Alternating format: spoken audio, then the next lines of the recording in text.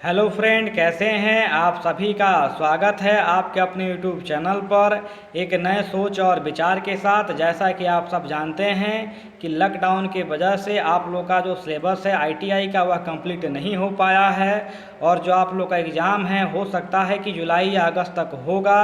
तो इसलिए आप लोगों को एग्ज़ाम की तैयारी में लग जाना चाहिए। साथ में जो आपका एग्ज़ाम होगा वह एग्ज़ाम जो है कि ऑनलाइन होने की संभावना है। तो ऑनलाइन एग्ज़ाम में जो आप लोग हल्का फुल्का नकल कर पाते हैं वो नकल नहीं कर पाएंगे। इसलिए आप लोगों को जो तैयारी करनी है वो तैयारी ज़ोर शोर से लगा देनी होगी, क्योंकि जो आप लोग का एग्ज़ाम है वह 2 महीना बचा है। इसी तैयारी को लेकर के हम जो है अपने चैनल पर लगातार वीडियो जो है अपलोड कर रहे हैं ऑब्जेक्टिव क्वेश्चन का। इस ऑब्जेक्टिव क्वेश्चन को यदि आप लोग ध्यान से देखते हैं, पढ़ते हैं, तो फ़ायदा ये होगा कि जो आप लोग का ट्रेड का जो क्वेश्चन आएगा ऑब्जेक्टिव वो आपका पूरा का पूरा तैयार हो जाएगा। इसके साथ साथ ये जितने भी आप टेक्निकल जो आप ऑब्जेक्टिव क्वेश्चन आप देख रहे हैं, ये सभी के सभी क्वेश्चन किसी न किसी एग्ज़ाम में पूछे गए हुए हैं या उससे रिलेटेड हैं। यदि आप आईटीआई करने के बाद अदर कोई जॉब की तैयारी करना चाहते हैं, जैसे कि सेल हो गया आपका, रेलवे हो गया, रेलवे के साथ साथ ऑर्डिनेंस फैक्ट्री आपकी हो गई, जो आपकी भारत रत्न कंपनियां हैं, उन कंपनियों में यदि आप नौकरी पाना चाहते हैं तो उसका जब आप एग्ज़ाम देने जाइएगा तो लगभग उस एग्ज़ाम में जो आपके प्रश्न पूछे जाते हैं तो उन प्रश्नों में लगभग आपके 80% जो आपके प्रश्न होते हैं वो आपके ट्रेड से होते हैं और सभी के सही प्रश्न आपके ऑब्जेक्टिव होते हैं। तो यदि आप यहाँ पर तैयारी करते हैं इस चैनल पर ऑब्जेक्टिव क्वेश्चंस के बारे में तो आपका 2 फ़ायदा होगा। पहला फ़ायदा ये होगा कि आप लोगों का जो आईटीआई का तैयारी है एग्ज़ाम का वो कंप्लीट हो जाएगा, और इसके साथ साथ यदि आप किसी गवर्नमेंट जॉब की तैयारी करना चाहते हैं टेक्निकल में तो भी आपकी तैयारी यहाँ पर हो जाएगी। तो हम चलते हैं अपने पहले प्रश्न की तरफ। तो हमारा जो पहला प्रश्न दिया गया है कि निम्नलिखित में से कौन सा अग्निशामक विद्युत अग्र के लिए उपयुक्त है। यानी जो मेरा प्रश्न दिया गया है यह प्रश्न पूछ रहा है कि यदि बिजली से संबंधित कहीं पर आग लगा है तो बिजली संबंधित आग को बुझाने के लिए हमें किस प्रकार के अग्निशामक यंत्र का उपयोग करना होगा। यहाँ पर ऑप्शन में कई सारे अग्निशामक यंत्र दिए गए हैं। तो जैसा कि आप जानते हैं यहाँ पर जो मेरा 1 नंबर अग्निशामक यंत्र दिया गया है शुष्क रसायन पाउडर। तो हम लोग बिजली से लगे आग पर शुष्क रसायन पाउडर का उपयोग कर सकते हैं। उसके साथ साथ हम लोग बालू रेत का उपयोग कर सकते हैं। उसके साथ साथ हम लोग CO2 गैस वाला जो अग्निशामक यंत्र होता है उसका उपयोग कर सकते हैं। एक बात याद रखिएगा कि बिजली से लगे आग में कभी भी पानी का उपयोग नहीं करना चाहिए या फोम प्रकार के अग्निशामक यंत्र का उपयोग नहीं करना चाहिए। तो यहाँ पर जो मेरा सही ऑप्शन होगा वो सही ऑप्शन मेरा A नंबर हो जाएगा। अब हम चलते हैं अपने अगले प्रश्न की तरफ। तो हमारा जो अगला प्रश्न अब हम चलते हैं अपने अगले प्रश्न की तरफ। तो हमारा जो अगला प्रश्न दिया गया है कि विद्युतीय उपकरणों के साथ काम करते समय आपको डैश डैश चाहिए। तो यहाँ पर कई सारे ऑप्शन दिए गए हैं। इन ऑप्शनों में दिया गया है कि सभी लिखित प्रक्रियाओं का पालन करना चाहिए। तो देखिएगा, जब भी हम विद्युत संबंधित किसी मशीन पर कार्य करने जाते हैं तो जितने भी हमारे लिखित प्रतिक्रियाएं हैं, जैसा कि जितने भी आपके नियम हैं, आप जाइएगा कंपनी में तो जिस मशीन पे आप काम करते हैं तो उसके बगल में आपका एक छोटा सा बोर्ड होता है, जिस बोर्ड पर क्या क्या आपको सावधानियां बरतनी चाहिए वो सभी की सभी लिखी होती हैं। तो उन सावधानियों को देख करके, उन नियमों को देख करके ही आपको क्या करना चाहिए, काम करना चाहिए। तो यहाँ पर जो मेरा सही ऑप्शन हो जाएगा वह सही ऑप्शन हो जाएगा मेरा कितना 2 नंबर मेरा जो है कि वो सही आंसर हो जाएगा। सभी लिखित प्रक्रियाओं का पालन करना चाहिए। अब हम चलते हैं अपने अगले प्रश्न की तरफ। तो हमारा अगला प्रश्न दिया गया है कि आसानी से विद्युत डैश डैश बहती है। यानी कि यहाँ पर जो आपके ऑप्शन दिए गए इन ऑप्शनों में दिया गया है कि जो विद्युत सप्लाई है वो किस चीज़ में सबसे आसानी से प्रवाहित हो जाएगी। तो जो आपका कंडक्टर है उस कंडक्टर में जो आपकी विद्युत सप्लाई है वो आसानी से प्रवाहित कर जाएगी। तो यहाँ पर जो मेरा सही ऑप्शन होगा वह 1 नंबर में हो जाएगा। अब हम चलते हैं अपने अगले प्रश्न की तरफ। तो मेरा जो अगला प्रश्न दिया गया है कि इलेक्ट्रोलाइसिस में कौन सा नियम लागू होता है। तो इलेक्ट्रोलाइसिस में जो हमारा फैराडे का नियम है यह नियम जो है कि लागू होता है। तो यहाँ पर जो मेरा सही ऑप्शन हो जाएगा यह 3 नंबर हो जाएगा। अब हम चलते हैं अपने अगले प्रश्न की तरफ। तो मेरा जो अगला प्रश्न दिया गया है वो अगला प्रश्न क्या है। तो अगला प्रश्न दिया गया है एक लेड एसिड सेल में हाइड्रोजन पर डैश डैश मुक्त होता है। तो आप जानिएगा कि जो मेरा लेड एसिड सेल होता है उसमें 2 प्लेट होते हैं, एक धनात्मक होता है दूसरा ऋणात्मक होता है। तो जो हाइड्रोजन के बुलबुले होते हैं वह ऋणात्मक प्लेट पर क्या होते हैं, उत्पन्न होते हैं। तो यहाँ पर जो मेरा सही ऑप्शन हो जाएगा वह सही ऑप्शन क्या हो जाएगा, नेगेटिव प्लेट मेरा यहाँ पर सही आंसर हो जाएगा। अब हम चलते हैं अपने अगले प्रश्न की तरफ। तो हमारा अगला प्रश्न दिया गया है कि निम्नलिखित में कौन सा लेड एसिड सेल का सक्रिय पदार्थ है? कौन सा लेड एसिड का सक्रिय पदार्थ है? तो जो हमारा लेड एसिड सेल होता है, तो लेड एसिड सेल जो है यह एक द्वितीय सेल है, यानी कि सेकेंडरी सेल है। और सेकेंडरी जो सेल हमारे होते हैं वो चार्जेबल होते हैं। और सेकेंडरी सेल जो है हमारे मुख्यतः दो प्रकार के होते हैं। एक तो हमारा लेड एसिड सेल हो जाएगा। तो लेड एसिड जो हमारा सेल है, तो लेड एसिड सेल में जो मेरा सक्रिय भाग है वो कौन सा होता है?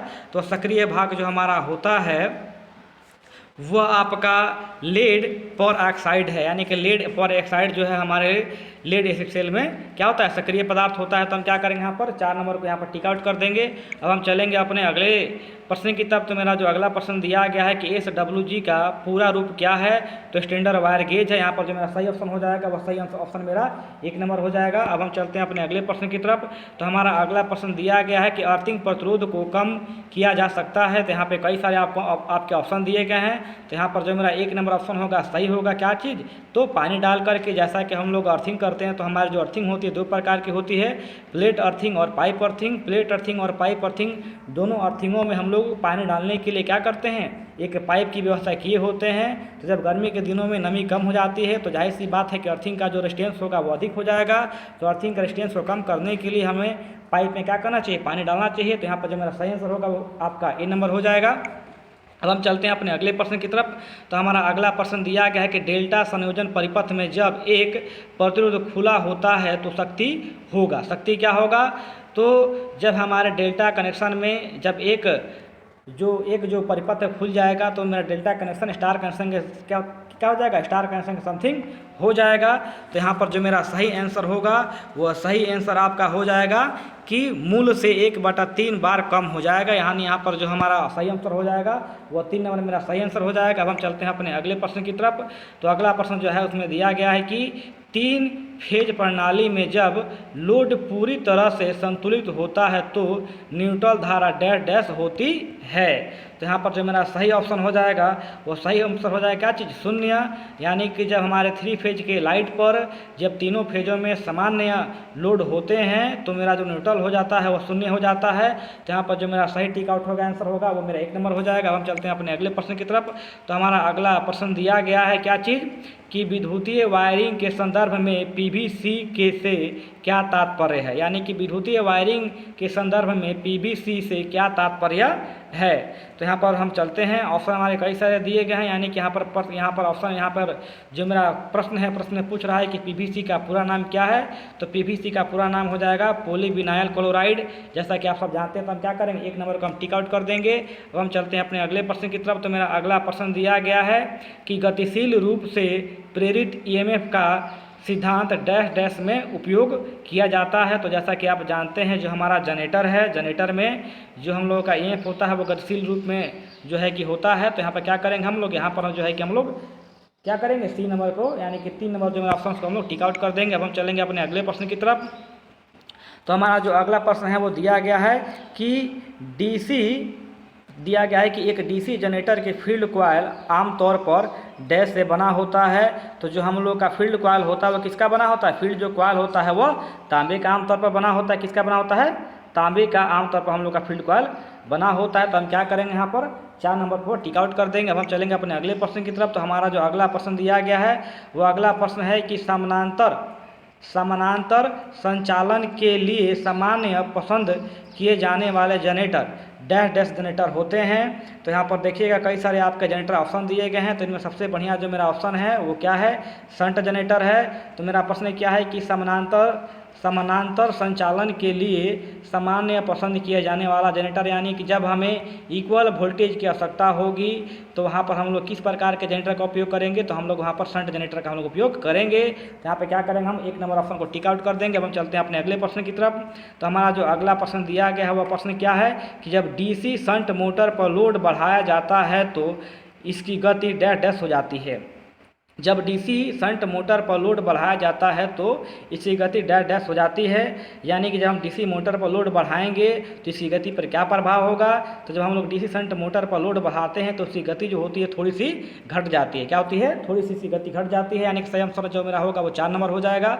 अब हम चलते हैं अपने अगले प्रश्न की तरफ। तो हमारा अगला प्रश्न दिया गया है कि इलेक्ट्रिकल लोकोमोटिव में निम्नलिखित में से किया प्रयोग सॉरी फिर से एक बार देखिएगा, प्रश्न यहाँ पर है कि इलेक्ट्रो लोकोमोटिव में निम्नलिखित में से किस मोटर का उपयोग किया जाता है। यानी कि जो हम लोग का रेल का इंजन है, उस रेल के इंजन में हम लोग किस प्रकार के हम लोग मोटर का उपयोग यहाँ पर करते हैं। तो यहाँ पर जो आपका सही आंसर हो जाएगा वो क्या हो जाएगा, डीसी सीरीज मोटर। यानी कि जो हम लोग का जो ट्रेन है, उस ट्रेन में जो डीसी जो हम लोग का ट्रेन है, ट्रेन के इंजन में जो हम लोग का मोटर होता है, वह मोटर कौन सा होता है, डीसी सीरीज मोटर लगा होता है। तो क्या करें हम यहाँ पर डीसी सीरीज मोटर को हम लोग टिक आउट कर देंगे। इसके बाद हम चलते हैं अपने अगले प्रश्न की तरफ। हाँ, एक बात और याद रखिएगा, जो मेरा डीसी सीरीज मोटर होता है इसका हम लोग उपयोग करते हैं। अब हम चलते हैं अपने अगले प्रश्न की तरफ। तो अगले प्रश्न में अगला जो हमारा प्रश्न दिया है वो क्या है, जब लोड हटा दिया जाए तो निम्नलिखित में से कौन सी डीसी मोटर्स अत्यधिक उच्च गति पर चलेगी। तो जब हम लोग लोड हटा देंगे तो जो मेरा सीरीज मोटर है वह उच्च गति पर चलेगा। यानी कि जो मेरा 2 नंबर ऑप्शन होगा सही होगा। इतना बात याद रखेगा कि डीसी सीरीज मोटर को बिना लोड पर स्टार्ट नहीं करना चाहिए, क्योंकि डीसी सीरीज मोटर का जो स्टार्टिंग टार्क होता है वो बहुत ज़्यादा होता है। अब हम चलते हैं अपने अगले प्रश्न की तरफ। तो मेरा जो अगला प्रश्न है वो क्या है, तो अगला प्रश्न मेरा है HPMV लैंप का पूर्ण रूप क्या है। तो HPMV लैंप का पूर्ण रूप हो जाएगा high pressure mercury vapour lamp. यानी कि जो मेरा ऑप्शन नंबर 1 है वो सही हो जाएगा। तो हम क्या करेंगे, 1 नंबर वाले प्रश्न को हम लोग टिक आउट कर देंगे।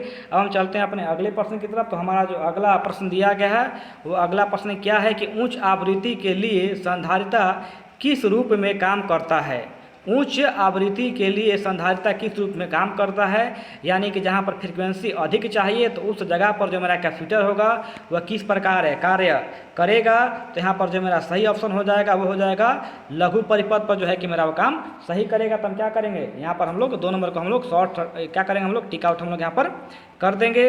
अब हम चलते हैं अपने अगले प्रश्न की तरफ। तो हमारा जो अगला प्रश्न दिया गया है वो अगला प्रश्न है कि निम्नलिखित में से किस परिपथ का शक्ति गुणांक 0 होगा। तो इनमें दिया गया है मेरा प्रश्न क्या चीज़ कि निम्नलिखित में से किस परिपथ का शक्ति गुणांक 0 होगा। तो एक बात याद रखिएगा कि जो हम लोगों का हमारा जो लोड होता है वो 3 प्रकार का होता है। एक लोड हो जाएगा कैपेसिटिव प्रतिरोध, दूसरा हो जाएगा इंडक्टिव, और जो मेरा तीसरा हो जाएगा वह हो जाएगा रजिस्टिव प्रतिरोध। तो यहाँ पर देखिएगा जो मेरा 4 नंबर ऑप्शन है शुद्ध प्रेरित, यानी कि जो मेरा इंडक्टिव परिपथ हो जाएगा, यानी कि शुद्ध इंडक्टिव परिपथ और शुद्ध कैपेसिटिव परिपथ में जो मेरा शक्ति का गुणांक होता है वो क्या होता है, वो 0 होता है। तो यहाँ पर हम क्या करेंगे टिक आउट में। तो यहाँ पर जो मेरा सही आंसर हो जाएगा वह मेरा हो जाएगा यहाँ पर 4 नंबर को हम यहाँ पर टिक आउट कर देंगे। इतना बात याद रखिएगा कि शुद्ध कैपेसिटिव और शुद्ध इंडक्टिव परिपथ में जो सप्लाई का जो खर्च होता है वो क्या होता है, नगण्य होता है, 0 के समान होता है। अब हम चलते हैं अगले प्रश्न में। अगला जो मेरा प्रश्न दिया गया है कि एक ट्रांसफार्मर क्या करता है। जहाँ पर कई सारे ऑप्शन दिए गए। एक ट्रांसफार्मर, तो मेरा एक ट्रांसफार्मर होता है वह एसी वोल्टेज को बढ़ाता या घटाता है। यानी कि जो मेरा 4 नंबर ऑप्शन होगा वो सही हो जाएगा। अब हम चलते हैं अपने अगले प्रश्न की तरफ। तो मेरा जो अगला प्रश्न दिया गया है वो अगला प्रश्न क्या है कि टैप चेंजर आमतौर पर डैश में लगाया जाता है। टैप चेंजर आमतौर पर डैश में लगाया जाता है। तो देखिएगा यहाँ पर जो मेरा टैप चेंजर है वो किस में लगाया जाता है। तो जो मेरा टैप चेंजर है यहाँ पर कई सारे आपके ट्रांसफार्मर के नाम दिए गए हैं। तो इन ट्रांसफार्मर में देखते हैं कि मेरा सही आंसर कौन सा होगा। तो जो मेरे पावर ट्रांसफार्मर होते हैं, पावर ट्रांसफार्मर में हम लोग क्या करते हैं, टैप चेंजर लगाते हैं। क्योंकि जो मेरा करंट ट्रांसफार्मर हो जाएगा उसके बाद आपका जो अगला दिया गया है आइसोलेशन ट्रांसफार्मर। तो करंट ट्रांसफार्मर, आइसोलेशन ट्रांसफार्मर, ये आपके जो ट्रांसफार्मर होंगे इनमें हम लोग टैप चेंजर नहीं लगाएंगे। हम लोग टैप चेंजर पावर ट्रांसफार्मर में लगाएंगे।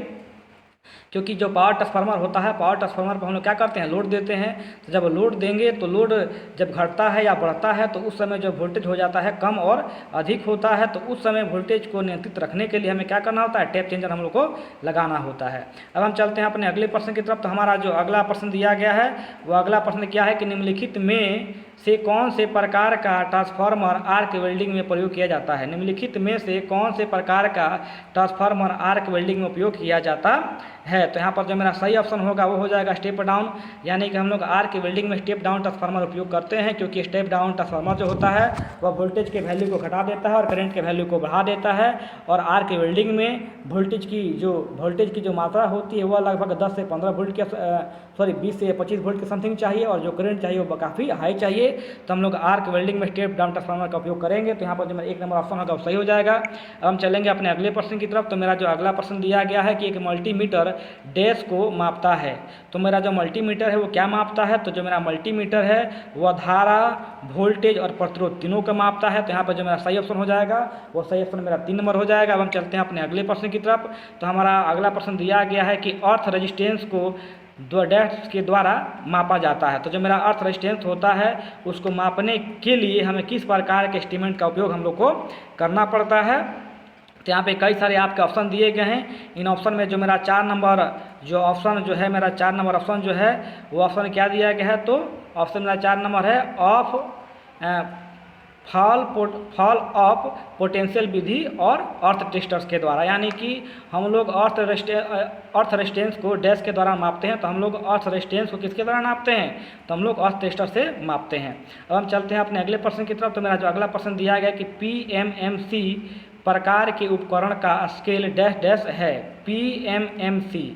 PMMC प्रकार के उपकरण का स्केल डैश है। तो जो हमारा स्केल होता है वो कैसा होता है? यूनिफॉर्म स्केल होता है। तो यहाँ पे क्या करेंगे हम लोग? यूनिफॉर्म को टिक आउट कर देंगे। तो यहाँ पर जो मेरा सही ऑप्शन होगा वो यूनिफॉर्म हो जाएगा। हम चलते हैं अपने अगले प्रश्न की तरफ। तो हमारा अगला जो प्रश्न दिया गया वो प्रश्न क्या है कि निम्नलिखित में से कौन सा ट्रांसफार्मर का भाग है? निम्नलिखित में से कौन सा ट्रांसफार्मर का भाग है? तो यहाँ पे कई सारे आपका ऑप्शन दिए गए हैं। इनमें आपका दिया गया है बूसिंग, उसके बाद दिया गया है कम्यूटेटर, उसके बाद दिया गया है टिको गेज और उसके बाद दिया गया है रेस्पिरेटर। यानी कि यहाँ पर जो मेरा सही आंसर हो जाएगा वह क्या होकर सही नंबर हो जाएगा मेरा बूसिंग। यानी कि जो मेरा 1 नंबर हो जाएगा वह 1 नंबर आंसर जो मेरा है वो सही हो जाएगा। अब हम चलते हैं अपने अगले प्रश्न की तरफ। तो हमारा जो अगला प्रश्न दिया गया है कि निम्नलिखित में से कौन सा नियम पद्धति से संबंधित है? निम्नलिखित में से कौन सा नियम प्रदीप्ति से संबंधित है? फिर से एक बार देखिएगा, प्रदीप्ति का मतलब होता है आपका प्रकाश, और हमें ITI में हमारा जो इलेक्ट्रीशियन जो ट्रेड है इस ट्रेड में हमें प्रदीप्ति के बारे में पढ़ना है। तो यहाँ पर दिया गया है कि निम्नलिखित में से कौन सा नियम प्रदीप्ति से संबंधित है? तो यहाँ पे आपके कई सारे ऑप्शन दिए गए। इन ऑप्शन में जो आपका 3 नंबर जो आपका ऑप्शन है लैम्ब्रक क्रोसेन नियम जो है आपका प्रदीप्ति से क्या है? संबंधित है। तो यहाँ पे क्या करेंगे हम लोग? यहाँ पर 3 नंबर को हम लोग टिक आउट कर देंगे। अब हम चलते हैं अपने अगले प्रश्न की तरफ। तो हमारा जो अगला प्रश्न दिया है प्रश्न क्या है कि निम्नलिखित में से कौन सी एक गैस डिस्चार्ज लैंप है? निम्नलिखित में से कौन सी एक गैस डिस्चार्ज लैंप है? यानी यहाँ पर जो आपके लैंप दिए गए लैंपों में से कौन सा जो लैंप है जो गैस डिस्चार्ज लैंप है? तो मेरा जो हमारा जो लैंप है कौन सा? सोडियम वेपर लैंप या गैस डिस्चार्ज लैंप है। तो हम क्या करेंगे? इसे हम लोग 1 नंबर वाले को हम लोग टिक आउट कर देंगे। अब हम चलते हैं अपने अगले प्रश्न की तरफ। तो अगला जो मेरा प्रश्न दिया गया है वह क्या है? एक क्रिस्टल डायोड में डैश होता है। एक क्रिस्टल डायोड में डैश होता है तो क्या होता है बाबू? तो एक PN जंक्शन होता है। यानी कि जो मेरा एक क्रिस्टल डायोड होता है उसमें PN जंक्शन होता है। यानी कि यहाँ पर जो मेरा सही आंसर हो जाएगा वो मेरा 1 नंबर हो जाएगा।